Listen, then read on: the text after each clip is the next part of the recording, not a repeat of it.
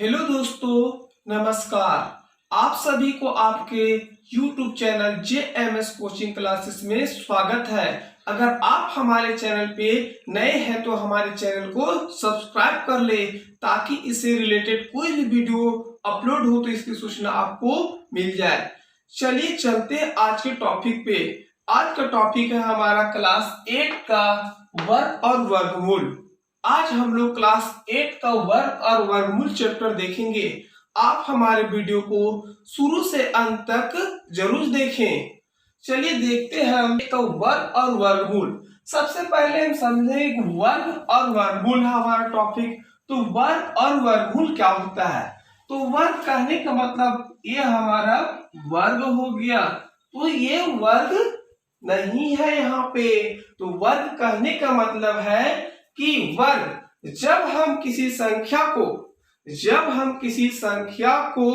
उसी संख्या से गुना करते हैं और जो हमें प्राप्त गुणनफल आता है और वह हम संख्या को बोलते हैं उस संख्या का वर्ग।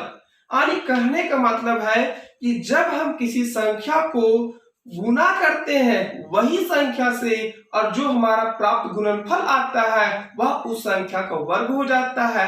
इसको हम उदाहरण के माध्यम से देखेंगे।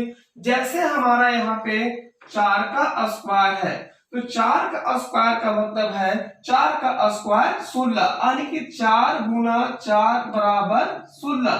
यानी हम 4 को उसी संख्या से गुना किए और ये प्राप्त गुणनफल आया 16, तो यह 16 का वर्ग यानी कि 4 का वर्ग आ जाएगा 16। अगला हम एग्जाम्पल के माध्यम से देखते हैं। जैसे यहाँ लिखा हुआ 5 का स्क्वायर, तो 5 गुना 5 बराबर 25। अगला हम देखते हैं जैसे 6 का स्क्वायर लिखा हुआ है, तो 6 गुना 6 बराबर 36। यानी हम जो संख्या है यानी 6 दिया हुआ था और इसी संख्या को हम गुना कर रहे हैं तो प्राप्त जो गुणनफल आता है यह संख्या का क्या हो जाता है? वर्ग हो जाता है। तो वर्गमूल देखेंगे।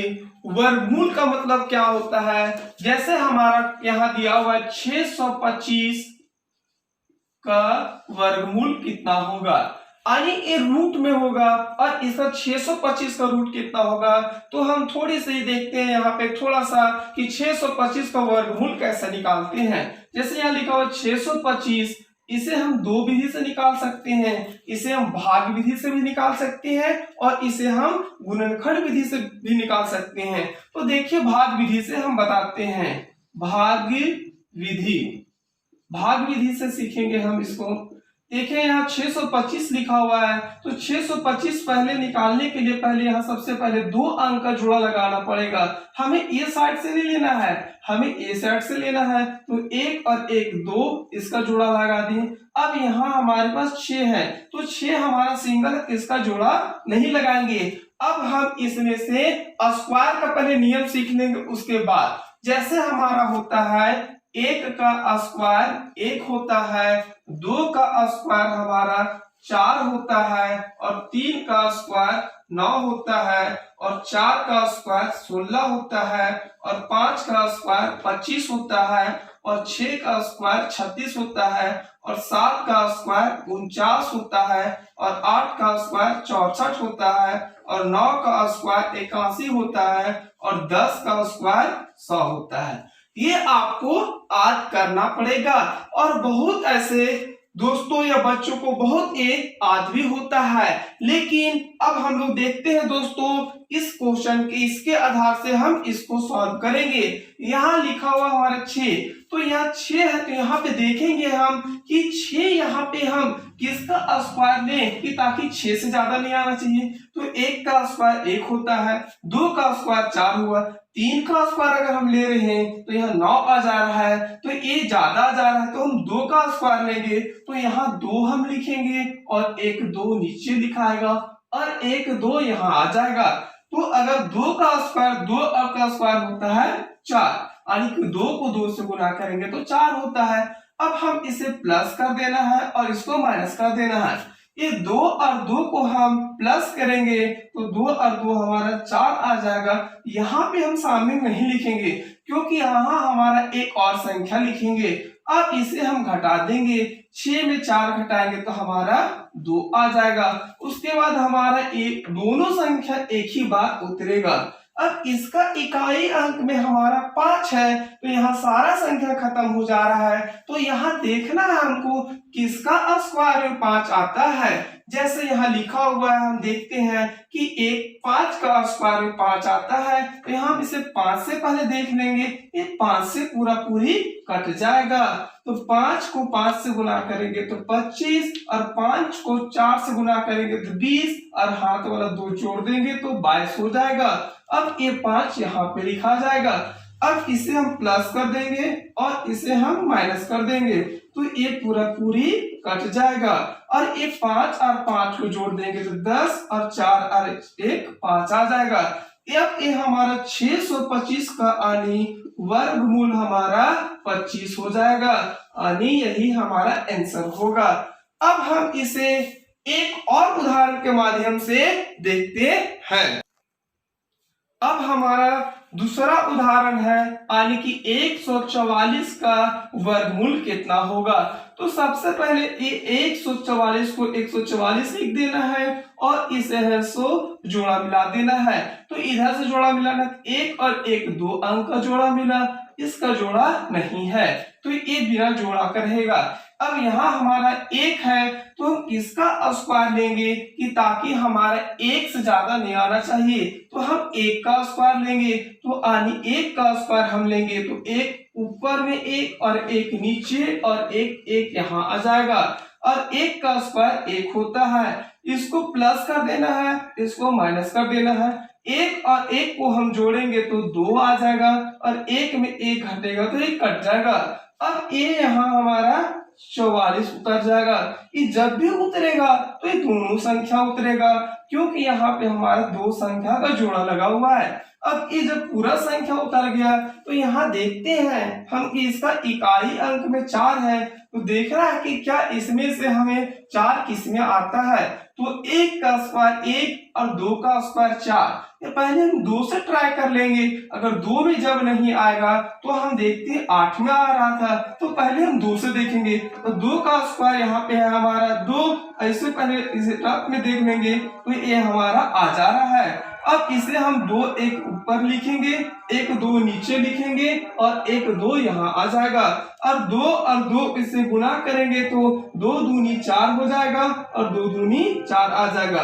अब ये हमारा हो जाता है प्लस में, और ये हो जाता है माइनस में। और 2 और 2 का एलसीएम हमारा 2 और 2 को जोड़ देंगे तो 4 आ जाएगा, और ये 2 आ जाएगा।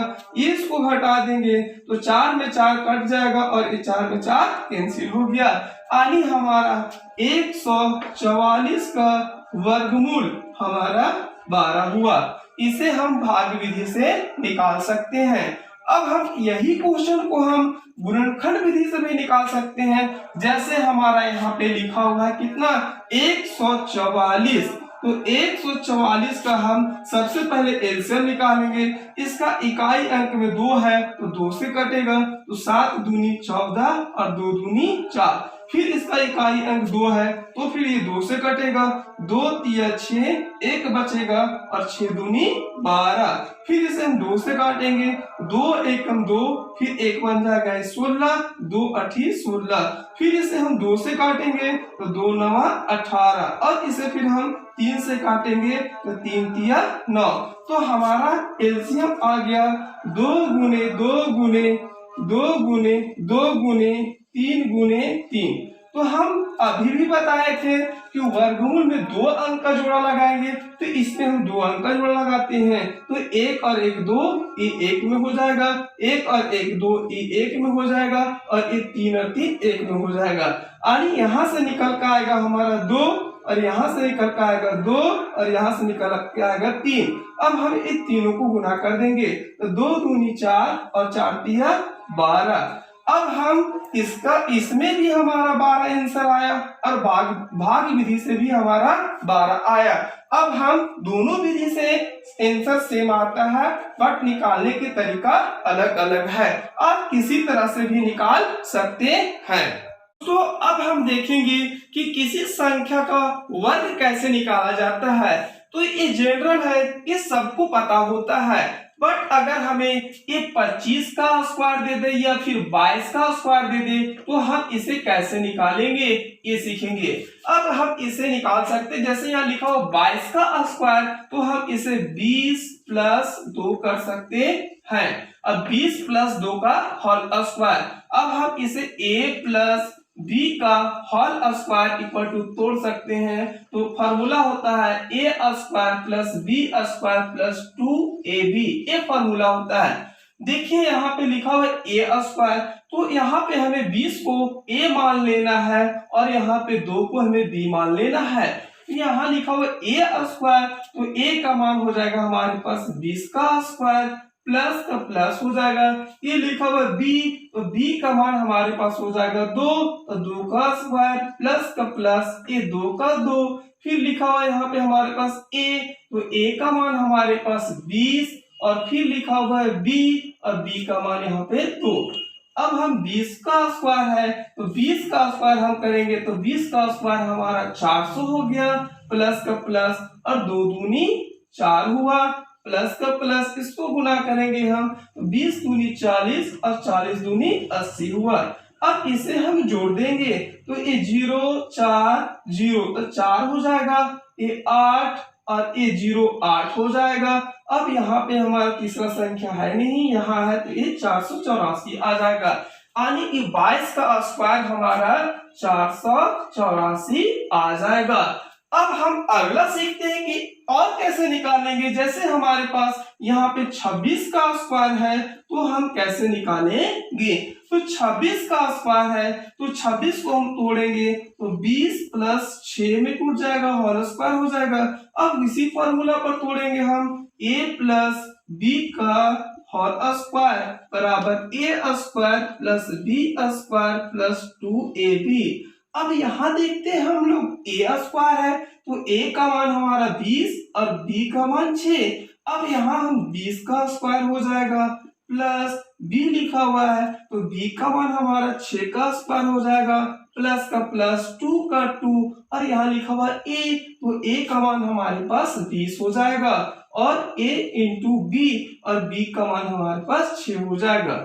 अब 20 का स्क्वायर होता है 400 प्लस का प्लस 6 का स्क्वायर होता है 36 प्लस का प्लस। अब इसे हम गुना करेंगे तो 6 दूनी 12 और 12 दूनी 24 और एक 0 उतार देंगे।